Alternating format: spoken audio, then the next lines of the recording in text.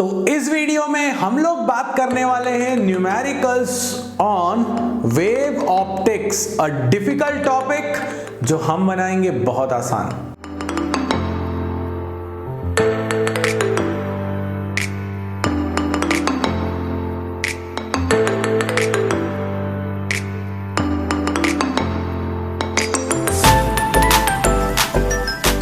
तो ये रहा क्वेश्चन नंबर 1 आपके सामने।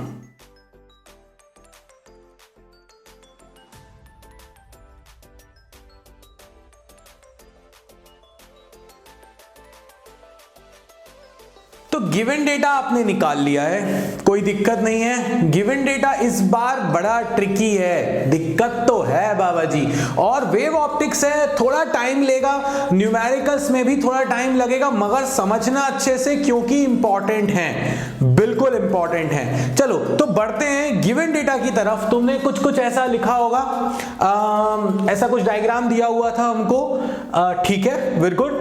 अगर मैं देखूं तो मुझसे ये कहा गया है कि इस पॉइंट पर जो भी फ्रिंज है या जो सेक्शन है, इस पॉइंट पर इंटेंसिटी क्या होगी।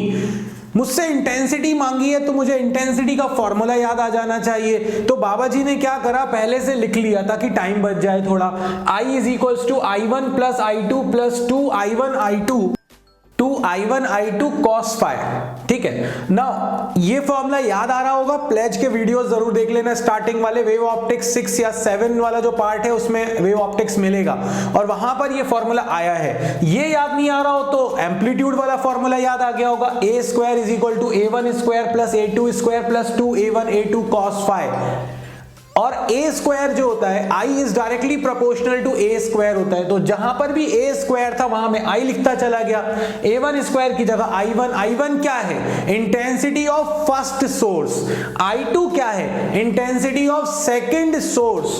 और जहां a1 है, क्योंकि I is proportional to a square है तो a is proportional to root I हो जाएगा, तो a1 की जगह पर रूट I1, a2 की जगह पे रूट I2 cos फाइ क्या है, फेज डिफरेंस। फेज डिफरेंस मतलब एंगल के टर्म्स में बहुत जोर दिया था भाई उस समय, दिमाग में अच्छे से बैठ जाना चाहिए, नहीं तो प्रिंसिपल ऑफ सुपरपोजिशन का वीडियो जरूर देख लेना, बार बार बोल रहा हूं। अब आ जाते हैं हम कि अगर मुझसे कहा जाता कि सेंट्रल मैक्सिमा है, अब ये इंटेंसिटी का फॉर्मूला है, चलो अपन आगे बाद में बात करते हैं। अब यहां आ जाते हैं, तो मुझसे कहा कि P पॉइंट पर इंटेंसिटी चाहिए, मैंने कहा मुझे इंटेंसिटी का फॉर्मूला पता है। उन्होंने एक फॉर्मूला और बात या एक बात और बोली उन्होंने, और वो बात ये कहा कि सेंट्रल मैक्सिमा की इंटेंसिटी I0 है। सेंट्रल मैक्सिमा के केस में ये इक्वल डिस्टेंस चलते हैं, तो पाथ डिफरेंस 0 होता है, फेज डिफरेंस भी 0 होता है, पढ़ा था हमने।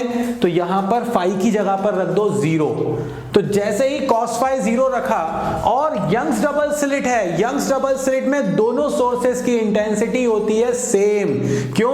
क्योंकि यहां पर एक सोर्स है, उसी को तो हमने आगे जाकर स्प्लिट कर दिया, तो कोई प्रॉब्लम ही नहीं है, दोनों की इंटेंसिटी सेम। तो मैंने I1 को लिख दिया I, I2 को भी लिख दिया I, और फेज डिफरेंस है 0, तो cos 0 हो गया 1। सॉल्व किया तो मेरे पास I0 इज इक्वल टू आ गया 4I। ये I क्या है, ये I है इंटेंसिटी ऑफ वन सोर्स, ठीक है। बाद में एक छोटी सी बूटी दे दूंगा, अगर ये समझ नहीं आया तो उससे तुम्हारा काम हो जाएगा। अब देखें हम, तो भाई मुझसे कहा गया इस पॉइंट पर सेंट्रल I0 है, और मैंने इंडिविजुअल सोर्सेस का निकाल लिया कि 4I is equal to I0। मुझे आंसर I0 के टर्म्स में देना होगा, इसीलिए I0 के टर्म्स में देना होगा क्योंकि मुझे I0 ही पेपर में दिया है, I के बारे में कुछ नहीं बताया। अब आगे की बात करें तो क्या बोला उन्होंने कहा कि भाई इस पॉइंट पर जो डिस्टेंस है वो फ्रिंज विड्थ का 1/3 है। फ्रिंज विड्थ का 1/3, फ्रिंज विड्थ बीटा थी, और फ्रिंज विड्थ का फॉर्मूला क्या था, lambda d by D, yes. और इंटरफेरेंस के टाइम पर जो y का फॉर्मूला आता है वो क्या आता है, path difference delta into D by D, yes. ये d capital D upon small d, इसको हम a लिख रहे थे वहां पर। तो y n is equals to delta d by d और beta is equals to lambda d by d. यहां पर y की वैल्यू क्या दे रखी है, बीटा बाई थ्री। मैं दोनों वैल्यूज रख देता हूं, y की वैल्यू भी यहां रख देता हूं और बीटा की वैल्यू भी यहां रख देता हूं। मुझे पाथ डिफरेंस मिल जाएगा। चाहिए क्यों पाथ डिफरेंस, क्योंकि पाथ डिफरेंस मिलेगा तो फेज डिफरेंस मिलेगा। फेज डिफरेंस मतलब फाई, और इस फॉर्मूले में फाई की वैल्यू रख देंगे तो मुझे उस पॉइंट पर इंटेंसिटी पता चल जाएगी। थोड़ा हेक्टिक है, क्या है, थोड़ा समझना पड़ेगा तुमको। मैं बिल्कुल सारी चीजों को जोड़ लेता हूं। सबसे पहले जब भी तुमको इस वाले न्यूमेरिकल में y दिया हो, सबसे पहले उस y से क्या निकालो, पाथ डिफरेंस।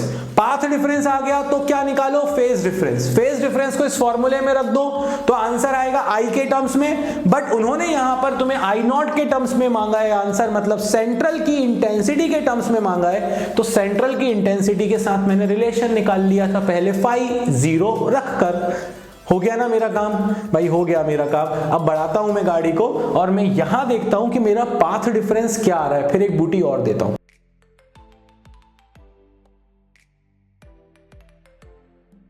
तो मैंने yn is equals to beta by 3 जो दिया हुआ था वो गिवन डेटा लिखा, yn का फॉर्मूला लिखा, बीटा का फॉर्मूला लिख दिया यहां पे, लैम्डा डी बाई डी 3 पहले से था, कैपिटल डी यहां हो जाएगा कैंसिल, स्मॉल डी भी कैंसिल, तो क्या बचेगा, delta is equals to lambda by 3। Lambda by 3 है तो ये तो पाथ डिफरेंस है, मुझे तो फेज डिफरेंस चाहिए। यार देखो बहुत अच्छे से समझा सकता हूं और डिटेलिंग में जा सकता हूं, बट तुमसे इतना कहना है जब पाथ डिफरेंस बोले तो लैम्डा के टर्म्स में डिस्टेंस, और जब फेज डिफरेंस बोले तो एंगल के टर्म्स में। और जब भी एंगल के टर्म्स में जाना हो कोई फॉर्मूला वॉर्मूला मत सोचो, लैम्डा को 2 पाई से रिप्लेस कर दो, लैम्डा को 2 पाई से रिप्लेस कर दो। अगर पाई होता तो लैम्डा बाई 2 वापस उल्टा चलना होता तो लैम्डा को 2 पाई से रिप्लेस कर दो, लैम्डा की जगह पर मिल गया 2 पाई, मतलब इस पॉइंट P पर जो फेज डिफरेंस है वो है 2 पाई बाई 3। आ जाते हैं इस सेक्शन पर। जैसे ही मैंने इंटेंसिटी का फॉर्मूला लिखा, क्योंकि I1 और I2 तो यंग्स डबल स्लिट में सेम होते हैं, तो I plus I plus 2 under root I1 I2 की जगह I into I cos 2 pi by 3। cos 2 pi by 3 होता है -1/2। थोड़ा सा सॉल्व किया तो मिला मुझे I, बट मैंने कहा था मुझे आंसर I के टर्म्स में नहीं देना है, इसीलिए मैंने सेंट्रल मैक्सिमा की जो इंटेंसिटी थी वो I के टर्म्स में कैलकुलेट कर ली थी। यहां से स्मॉल I की वैल्यू या I की वैल्यू आएगी I0/4, यहां रख देते हैं तो इस पॉइंट पर इंटेंसिटी हो जाएगी मैक्सिमम इंटेंसिटी का 1/4। ये तो हुआ थोड़ा सा हेक्टिक वाला मेथड। अब उन भाई लोगों के लिए जिनको बाबा जी ये समझ में नहीं आ रहा है आप क्या समझा रहे हो, अपन को अब अपन से साल भर पढ़ा नहीं है और अब अपने बस की है नहीं कुछ, तो नहीं है तो कोई बात नहीं, तुम बस इतना फॉर्मूला रट डालो। ये जो अपने पास जब भी इस टाइप का मेथड आए जिसमें इंटेंसिटी वगैरह निकालनी हो, पूछते हैं ये लोग, तो उस केस में इसी चीज को सॉल्व करके ये आता है I is equal to I0 cos square phi. क्या आता है फॉर्मूला, जब भी तुमको कहा जाए किसी पॉइंट P पर in case of YDSE Young's double slit experiment, तो आपका फॉर्मूला होना चाहिए I is equal to I0 cos square phi. I0 क्या होता है, intensity of central maxima. Phi की वैल्यू क्या होगी, 2 पाई बाई 3। देखते हैं I is equals to I0 cos theta की जगह पे फाई की जगह पे रख दिया 2 पाई बाई 3। 2 पाई बाई 3 कितना होता है भाई, 2 पाई बाई 3 होता है 120। cos 120 की वैल्यू याद ना हो तो टेंशन मत लेना, 120 है ना, 90 से बड़ा हो ना, 180 से माइनस कर दो। तो cos 120 180 से माइनस किया क्या मिला, 60 डिग्री। cos 60 कितना होता है 1/2, क्योंकि 90 से बड़ा था तो माइनस लगा दो, तो भैया -1/2 का स्क्वायर, क्योंकि ये स्क्वायर है और अब माइनस की टेंशन नहीं होगी, स्क्वायर है, तो cos 1/2 का स्क्वायर 1/4। आंसर आ जाता I is equal to I0/4। अब तुम कहोगे कमेंट में कि बाबा जी ये सेकंड मेथड करेंगे तो क्या पूरे मार्क्स मिलेंगे, बिल्कुल मिलेंगे, भर भर के मिलेंगे, कोई टेंशन नहीं है। तो बाबा जी हो रहे हैं रफू चक्कर, जल्दी से नोट करो।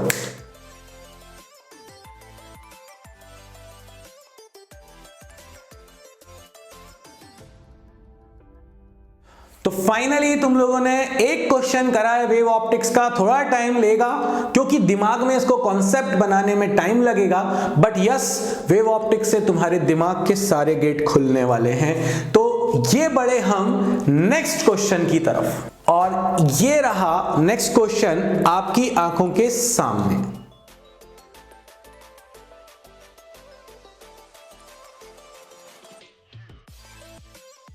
तो भाई लोगों, गिवन डेटा तो लिख लिया होगा और मुझे पूरी उम्मीद है कि तुम्हारे पास वो फॉर्मूला की शीट है। याद से रखना, घोंट डालना अगर तुम्हें बहुत अच्छे मार्क्स चाहिए तो गिवन डेटा में तुमको डिस्टेंस दी हुई थी between the two slits, small D लिखो या ए लिखो। मैं बार बार अपने सिंबल इसलिए बदल रहा हूं क्योंकि एग्जाम में कुछ भी आ सकता है, वो एक्स लिख देंगे, तो तुमको इसकी टेंशन नहीं लेना है।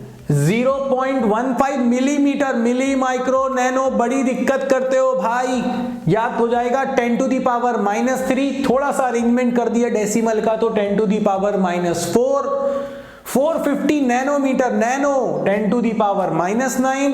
क्वेश्चन में ये 0 मीटर दिया है, इसको करेक्ट कर लेना, ये हो जाएगा d is equals to 1 metre. तो distance from the slit to the screen is 1 metre. अब मेरे पास अगर ये सारी इंफॉर्मेशन है तो मुझसे मांगा क्या है, उन्होंने कहा है कि आप तो मुझे सेंट्रल से, ये हमारे पास सेंटर है, ये S1 है, ये S2 है, ये सेंट्रल मैक्सिमा से सेकंड ब्राइट फ्रिंज की पोजीशन बताओ। पोजीशन जब मांगे तो y मांग रहे हैं, और y का जनरल फॉर्मूला क्या होता है, डेल्टा d, ये path difference into d, capital D by small d।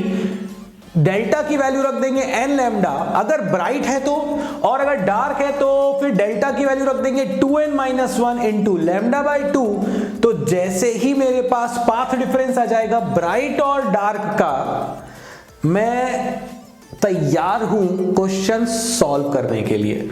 इससे ज्यादा करने की जरूरत भी नहीं थी, अब तो सिर्फ कैलकुलेशन बची है। अगर तुम यहां तक पहुंच गए हो तो वेव ऑप्टिक्स के न्यूमेरिकल अब तुम्हारी प्रॉब्लम नहीं है भाई। देखो, सारा डेटा तुमने लिख लिया, तुम्हें एग्जाम में डायग्राम भी दिमाग में आ रहा है। अब मुझे सिर्फ और सिर्फ ये देखना है कि मुझे सेकंड ब्राइट की पोजीशन चाहिए। सेकंड ब्राइट यानी n इज इक्वल टू 2। अगर n इज इक्वल टू 2 है, लैम्डा दिया हुआ है, d दिया हुआ है, स्मॉल d दिया हुआ है, चलो सॉल्व करते हैं।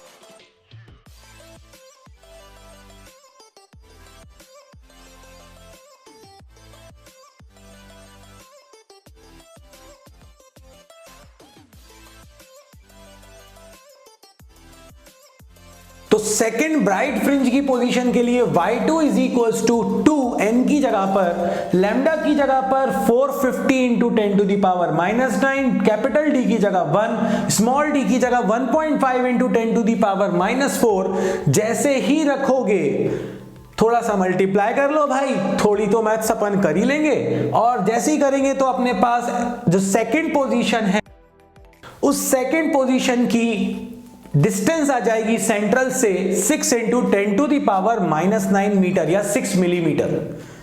अब आते हैं हम सेकंड डार्क के लिए। डार्क के लिए फॉर्मूला है ये 2n-1 into lambda by 2 d by small d। n की जगह 2, बाकी लैम्डा, कैपिटल D और स्मॉल d की वैल्यूज यहां से उठाएंगे। जैसे ही वैल्यूज रखी, n की जगह 2 रखा, 2n-1 हो जाएगा 3, 2 इंटू 1.5 हो जाएगा 3, 450 into 10 to the power -9 upon 10 to the power -4। Solve किया, आंसर आ गया 4.5 into 10 to the power -3 metre. हो गया। तो बाबा जी हो रहे हैं रफू चक्कर, जल्दी से करो नोट।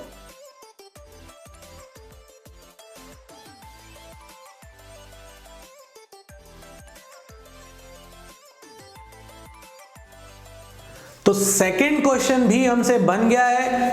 टाइम लेंगे, वेव ऑप्टिक्स है, थोड़ा टाइम लेगी, कोई बात नहीं, टाइम लेने दो, मगर इनको करते चलो और बढ़ते चलो। तो इस वीडियो में इतना ही। जय हो।